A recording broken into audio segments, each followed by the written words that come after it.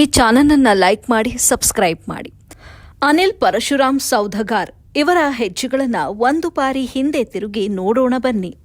ಅಥಣಿ ಮತಕ್ಷೇತ್ರದಲ್ಲಿ ಬಡ ಕುಟುಂಬದಿಂದ ಬಂದ ಅನಿಲ್ ಪರಶುರಾಮ್ ಸೌಧಾಗಾರ್ ವಿದ್ಯಾಭ್ಯಾಸ ಮಾಡುವ ಸಮಯದಲ್ಲಿ ಮೇಲ್ಜಾತಿ ಮತ್ತು ಕೆಳಜಾತಿ ಅನ್ನುವ ಒಂದು ಘಟನೆ ಆ ಸಮಯದಲ್ಲಿ ಮತ್ತು ಸಮಾಜದಲ್ಲಿ ಆದ ಘಟನೆ ಇವತ್ತಿನ ದಿನಗಳಲ್ಲಿ ರಾಜ್ಯ ಮತ್ತು ಕೇಂದ್ರ ಜನಪ್ರತಿನಿಧಿಗಳು ಇವರನ್ನ ಗುರುತಿಸುವಂತೆ ಸಮಾಜದಲ್ಲಿ ಇವರು ಬಡಜನರ ಸೇವೆಯಲ್ಲಿ ತೊಡಗಿಕೊಂಡರು.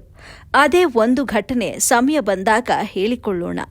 ಮುಂದೆ ಇವರ ಸೇವೆಗಳು ಏನು ಅಂತ ನೋಡೋಣ ಬನ್ನಿ. ಇದೇ ಅಥಣಿ ತಾಲೂಕಿನ ಮತಕ್ಷೇತ್ರಕ್ಕೆ ಮೊದಲ ಬಾರಿ ಕಾಂಗ್ರೆಸ್ ಮನೆಯಲ್ಲಿ ಸೇರಿಕೊಂಡರು. ಅಲ್ಲಿ ಶ್ರದ್ಧೆ ಮತ್ತು ನಿಷ್ಠೆಯಿಂದ ಪಕ್ಷದ ಕಾರ್ಯಕರ್ತನನ್ನಾಗಿ ಎಸ್ಸಿ ಎಸ್ಟಿ ಜನರ ಕುಂದುಕೊರತೆಗಳ ಬಗ್ಗೆ ಧ್ವನಿ ಎತ್ತಿ ಎಷ್ಟೋ ಪ್ರತಿಭಟನೆಗಳು ಮತ್ತು ಹೋರಾಟಗಳನ್ನು ಮಾಡುವ ಮೂಲಕ ಬಡ ಜನರಿಗೆ, ಬಡ ಕುಟುಂಬಗಳಿಗೆ ಒಳ್ಳೆಯ ಮನೆ ಮಗ ಎನಿಸಿಕೊಂಡರು. ಇವರ ಈ ಸೇವಾ ಮನೋಭಾವದಿಂದ, ಹೋರಾಟಗಳಿಂದ ಇವರನ್ನ ರಾಜ್ಯ ಮತ್ತು ಕೇಂದ್ರದಲ್ಲಿ ದಲಿತ ಮುಖಂಡರಾಗುವಂತೆ ಗುರುತಿಸಿಕೊಂಡರು. ಅದೇ ಕಾಂಗ್ರೆಸ್ ಪಕ್ಷದಲ್ಲಿ 30 ವರ್ಷಗಳ ಕಾಲ ರಾಜ್ಯ ಉಸ್ತುವಾರಿ ಇವರ ಸೇವೆಗಳನ್ನು ಗುರುತಿಸಿಕೊಂಡು ಎಸ್ಸಿ ಎಸ್ಟಿ ಜಿಲ್ಲಾಧ್ಯಕ್ಷ ಸ್ಥಾನ ನೀಡಿ ಆ ಸ್ಥಾನವನ್ನು ಪಡೆದುಕೊಂಡ ಬಳಿಕ ಎಷ್ಟೋ ಬಾರಿ ಪುರಸಭೆ ಚುನಾವಣೆಯಲ್ಲಿ ನಗರಗಳನ್ನು ಗೆಲ್ಲಲು ಮೂಲ ಕಾರಣೀಭೂತರಾದರು ಅಂದರೂ ತಪ್ಪಿಲ್ಲ.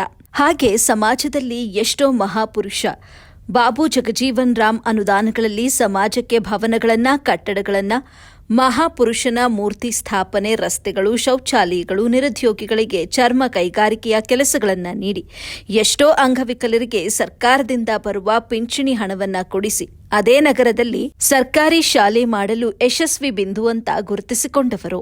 ಈ ಸಂಪೂರ್ಣ ವಿಷಯಗಳನ್ನ ನಾವು ವರದಿ ಮಾಡುವ ಸಮಯದಲ್ಲಿ ಸಾರ್ವಜನಿಕರು ಹೇಳಿದ್ರು.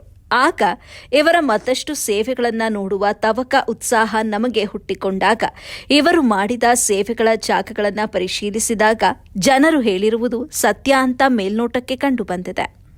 ಇತ್ತೀಚಿನ ದಿನಗಳಲ್ಲಿ ಇವರು ಕಾಂಗ್ರೆಸ್ ಮನೆಯಿಂದ ಹೊರಗೆ ಬಂದು ಬಿಜೆಪಿಯಲ್ಲಿ ಗುರುತಿಸಿಕೊಂಡಿದ್ದಾರೆ ಎಂದು ನಮಗೆ ಮಾಹಿತಿ ಲಭ್ಯವಾಗಿದೆ. ಅದರಲ್ಲೂ ಕೂಡ ರಾಜ್ಯದಲ್ಲಿ ಬಿಜೆಪಿ ಸರ್ಕಾರವಿದ್ದಂತಹ ಸಮಯದಲ್ಲಿ ಅಥಣಿ ಮತಕ್ಷೇತ್ರದ ನಿಷ್ಠಾವಂತ ಮಾಜಿ ಉಪಮುಖ್ಯಮಂತ್ರಿಯಾದ ಲಕ್ಷ್ಮಣ್ ಸವದಿ, ಇವತ್ತಿನ ಮಾಜಿ ಶಾಸಕರಾದ ಮಹೇಶ್ ಕುಮಟಳ್ಳಿ ಅವರು ಅದೇ ಸಮಯದಲ್ಲಿ ಉಪಮುಖ್ಯಮಂತ್ರಿಯ ಸ್ಥಾನದಲ್ಲಿ ಸವದಿ ಇದ್ರು. ಹಾಗೆ ಕೊಳಗೆರೆ ನಿಗಮದ ಅಧ್ಯಕ್ಷರಾಗಿ ಶಾಸಕರಾಗಿ ಮಹೇಶ್ ಕುಮಟಳ್ಳಿ ಇದ್ರು.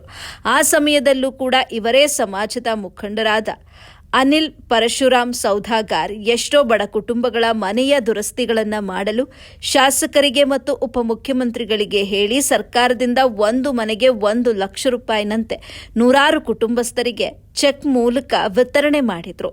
ಮಹಿಳೆಯರಿಗೆ, ಪುರುಷರಿಗೆ ಕೇಂದ್ರ ಸರ್ಕಾರದಿಂದ ಕಾರ್ಖಾನೆಗಳನ್ನು ಪ್ರಾರಂಭಿಸಲು ಅನುವು ಮಾಡಿಕೊಟ್ಟಿದ್ದಾರೆ.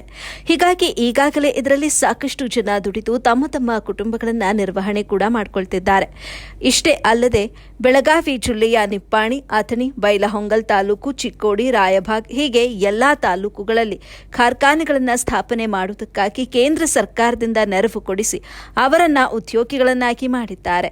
ಇದರಿಂದ ಸಾವಿರಾರು ಜನರು ತಮ್ಮ ತಮ್ಮ ಕುಟುಂಬಗಳನ್ನು ನಿರ್ವಹಣೆ ಮಾಡುತ್ತಿದ್ದಾರೆ, ನೆಮ್ಮದಿಯಿಂದ ಜೀವನ ನಡೆಸುತ್ತಿದ್ದಾರೆ. ಅಷ್ಟೇ ಅಲ್ಲದೆ ಅಖಿಲ ಕರ್ನಾಟಕ ಚರ್ಮಕಾರ ಸಮಾಜ ಮಹಾ ಒಕ್ಕೂಟ ಬೆಂಗಳೂರು ನಗರದ ರಾಜ್ಯಾಧ್ಯಕ್ಷರಾಗಿರುವ ಇವರ ಒಂದು ಮಹಾ ಒಕ್ಕೂಟಕ್ಕೆ ಕೇವಲ ಬೆಳಗಾವಿ ಜಿಲ್ಲೆಯಿಂದ 1,57,720 ಚರ್ಮ ಕುಶಲಕರ್ಮಿಗಳು ಸದಸ್ಯತ್ವ ಪಡೆದುಕೊಂಡಿದ್ದಾರೆ. ಇವಾಗ ಬಿಜೆಪಿ ಪಕ್ಷದಲ್ಲಿ ಕಾರ್ಯಕರ್ತರಾಗಿ ಸಂಘಟನೆಗಳನ್ನು ಗಟ್ಟಿಗೊಳಿಸುತ್ತಾ ಜನರ ಸೇವೆಯಲ್ಲಿ ತೊಡಗಿಕೊಂಡವರು.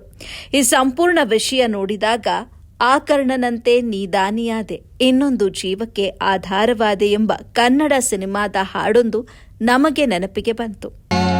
ಆ ಕರ್ಣನಂತೆ ನೀದಾನಿಯಾದೆ, ಇನ್ನೊಂದು ಜೀವಕ್ಕೆ ಆಧಾರವಾದೆ. ನಾವು ಜನರನ್ನ ರಾಜ್ಯದಲ್ಲಿ ಕಾಂಗ್ರೆಸ್ ಸರ್ಕಾರ ಇರುತ್ತದೆ, ನಿಮ್ಮ ಮುಖಂಡರು ಬಿಜೆಪಿ ಪಕ್ಷದಲ್ಲಿ ಇರುತ್ತಾರೆ ಎಂದು ಹೇಳಿದಾಗ ಅವರು ಎಲ್ಲಿಯೇ ಇದ್ರೂ ಕೂಡ ನಮಗೆ ಕರ್ಣದಾತರು. ಇಂದಿನ ಯುವ ಪೀಳಿಗೆಗೆ ಅವರೇ ನಾಯಕರು.